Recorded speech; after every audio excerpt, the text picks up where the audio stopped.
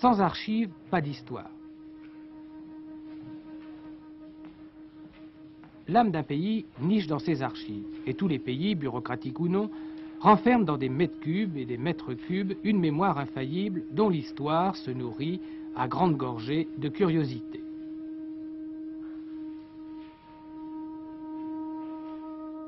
Theodore Six, homme du XIXe siècle, en est la démonstration.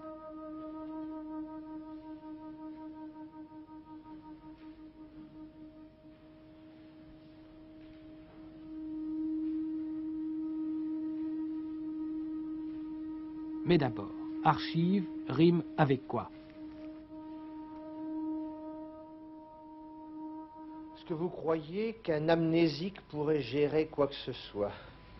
Les archives, c'est une mémoire, on ne gère pas sa mémoire. Sans archives, pas d'histoire. Les archives servent à reconstituer l'histoire, et l'histoire avec un grand H, a priori, l'histoire événementielle, l'histoire militaire, l'histoire politique, l'histoire économique, l'histoire sociale, mais elles servent aussi à retrouver la vie des humbles, des pauvres, du peuple, de nous tous.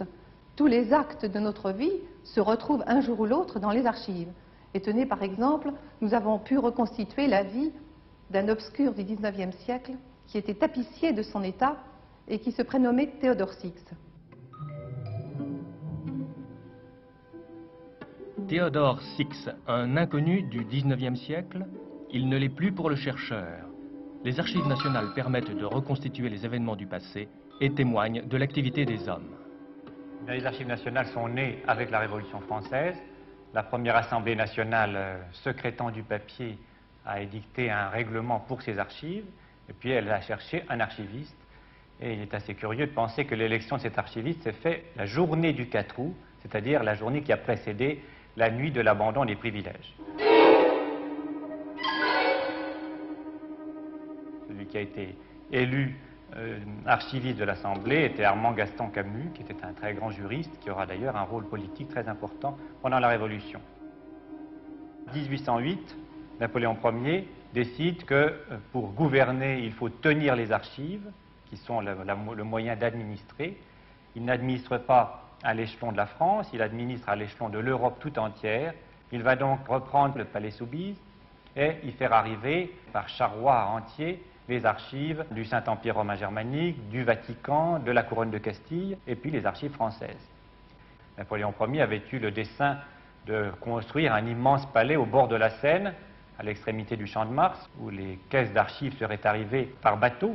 Ce palais n'a jamais connu que sa première pierre, donc il a bien fallu rester au palais Soubise, et c'est seulement sous Louis-Philippe que Daunou, le garde général des archives d'alors, a réussi à obtenir de la Chambre des députés 1 million de francs d'alors, ce qui était une très grosse somme, pour bâtir dans les jardins les galeries d'archives que vous voyez encore aujourd'hui.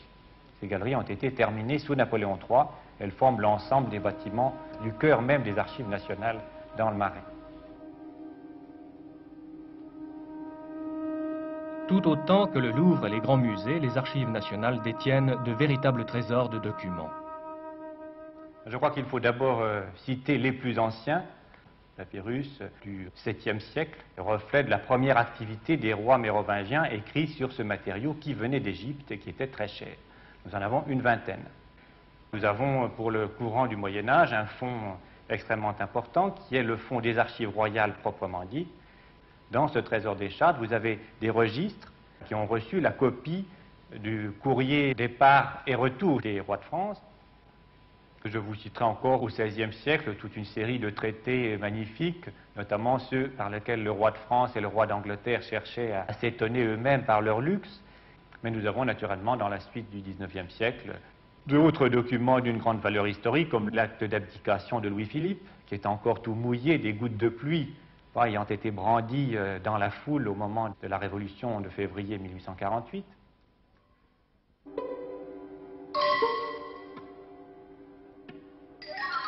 Au-delà de ces trésors archivistiques, il y a le quotidien. Les documents d'archives jalonnent la vie de chacun de nous. Ce Theodore Six, qui était-il? Theodore Six était tapissier de son métier. Il naît à Paris. Son acte de naissance nous apprend que sa mère est couturière et qu'il est de père inconnu. Il se marie à 25 ans à Arpajon Son acte de mariage est du 3 mai 1837.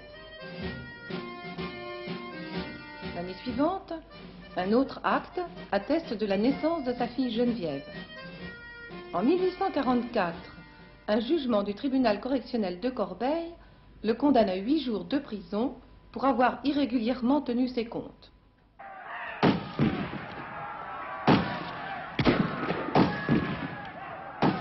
Il participe ensuite au combat de la Révolution de 1848 et s'y distingue par un acte de courage.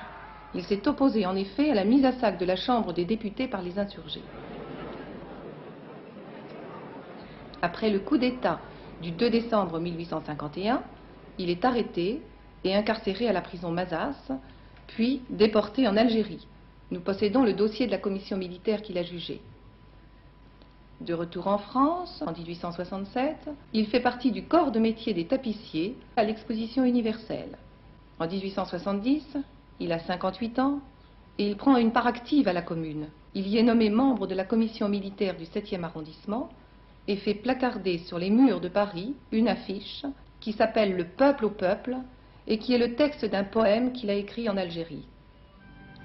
Bien entendu, il est arrêté et nous possédons le dossier du Conseil de guerre qui l'a en novembre 1871 condamné à 2 ans de prison.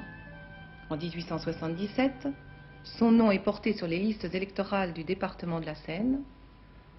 Mais ce qui est intéressant dans la vie de cet homme, c'est qu'il fut journaliste avant l'heure, qu'il se passionna pour le journalisme et toute sa vie, il essaya de monter un certain nombre de journaux, dont certains se trouvent également conservés à la Bibliothèque nationale. Ce journal, qu'il n'a pu véritablement fonder que vers la fin de sa vie en 1882, s'appelle le Syndic révolutionnaire. Il aura connu avant sa mort la loi qui autorisait la création des syndicats et des associations professionnelles et l'organisation par Jules Ferry de l'enseignement laïque, gratuit et obligatoire. Il meurt en 1888, comme le montre son acte de décès.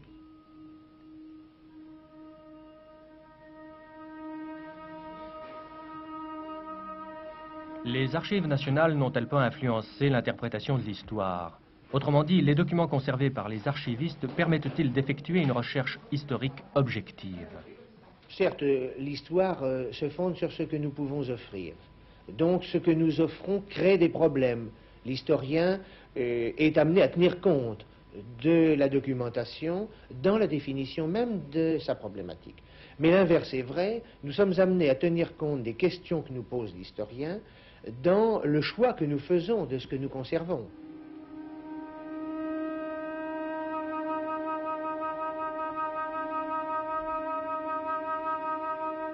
Il y a 1000 ans, les archives, c'était du papyrus et du parchemin. Il y a 100 ans, c'était très peu de parchemin et surtout du papier. Maintenant, c'est du papier, mais c'est aussi du film, c'est aussi de la photographie, c'est aussi de la bande magnétique, jusqu'à ces mémoires informatiques qui nous gèrent, qui aident à nous gérer, qui, sous la forme de cartes perforées ou de disques magnétiques, sont finalement l'un des moyens de la gestion du temps contemporain et par conséquent, lorsqu'on les met de côté pour une utilisation ultérieure, se transforment en archives. Il y a incontestablement une inflation et l'un des grands problèmes de l'archivistique de notre temps, c'est de maîtriser la masse. C'est un problème qui n'existait pas jusqu'au XIXe siècle. Archives plus ordinateur, n'y a-t-il pas là pouvoir centralisateur et bureaucratique et par conséquent danger pour la liberté individuelle du citoyen? L'archive plus ordinateur, ça veut dire centralisation de l'information. L'autre problème, c'est surtout celui de la rapidité de l'information. Si vous divulguez tout sur quelqu'un qui est mort depuis 100 ans, il n'y a aucun risque. Tout le problème est là. C'est pourquoi, dans la communication des documents, nous avons parfois des délais qui étonnent et qui gênent quelquefois les historiens. Ne communiquer de certains documents que 100 ans après la naissance ou même 100 ans après l'acte, cela peut paraître très long, mais la défense des libertés individuelles est à ce prix et il importe que les archives ne concourent en rien à violer le droit de chacun au secret de sa vie privée. N'y a-t-il pas un risque énorme d'une interprétation fallacieuse ou détournée ou partisane du document d'archives selon l'idéologie qu'il utilise? Les archives sont un objet, alors elles ne sont ni subjectives ni objectives. Elles fournissent une information brute. Là-dessus intervient le caractère subjectif de toute question que pose le chercheur, que pose l'historien. Et ce caractère subjectif peut être lié à telle ou telle façon de penser, à telle ou telle philosophie, peut être lié aussi à tel ou tel caractère. Le même document est lu de manière différente par des hommes en fonction de leur curiosité propre, de leur domaine d'intérêt propre. Alors il y a toujours évidemment du subjectif, et c'est d'ailleurs ce qui permet à l'histoire, donc à l'interrogation portée sur les archives, de demeurer une science très humaine.